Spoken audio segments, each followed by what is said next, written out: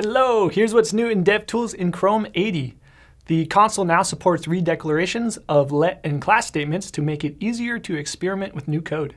In this older version of Chrome, when I declare a local variable called x with a let statement, and then try to redeclare that variable with another let statement, I get an error.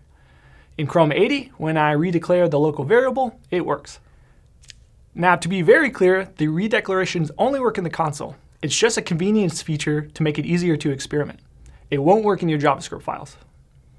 Moving on, DevTools has started to support the dwarf debugging standard, which means better WebAssembly debugging support.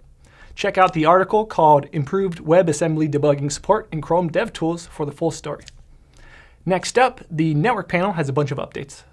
After logging network activity, when I select a resource now, the resource now gets highlighted with a blue border in the overview. The Initiator tab shows you the network activity that caused a resource to be requested, as well as any network activity that the resource itself caused. To show the Initiator tab, first I select a resource, such as firebaseperformance.js, and then I click Initiator. In the request initiator chain, the resource that I selected is bold, which is firebaseperformance.js in this example.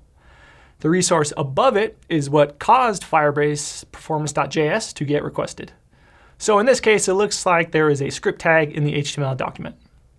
The resources below firebaseperformance.js were requested probably because of fetch or XHR calls within the script. You can now show the absolute path or full URL of resources in the network log. Right-click the table header and enable the path option to show the path column, and then right-click the table header again and enable the URL option to enable the URL column, and you'll see the new columns in your log. You can now set custom user agent strings in the Network Conditions tab. Doing this will change the user agent HTTP header that Chrome attaches to network requests, as well as the value of navigator.userAgent. Press Escape to show the drawer, click More Tools, and then select Network Conditions to show the tab. Disable Select Automatically, then enter your custom string in the text box. The Audits panel has a couple of updates. After you click Audits to open the panel, you'll see that there's a new configuration UI, and you'll also notice this new Community Plugins section, which will eventually be a way to install extra audits through the Chrome Extension Store. Check out the Lighthouse Evolution post on web.dev for more information about plugins. The Coverage tab also has a couple of updates. Check out this Find Unused JavaScript and CSS Code Guide if you're not familiar with the Coverage tab. The tab has a new dropdown that lets you specify whether coverage should be covered per function or per block. Per block gives you more granular data but has more overhead. Another new change is that code coverage must now be initiated with a page reload. You used to be able to turn it on without a reload, but that feature has been removed because the data it generated was unreliable. Here's a bonus tip. Let's go deep into the matrix and use DevTools to hack on DevTools itself.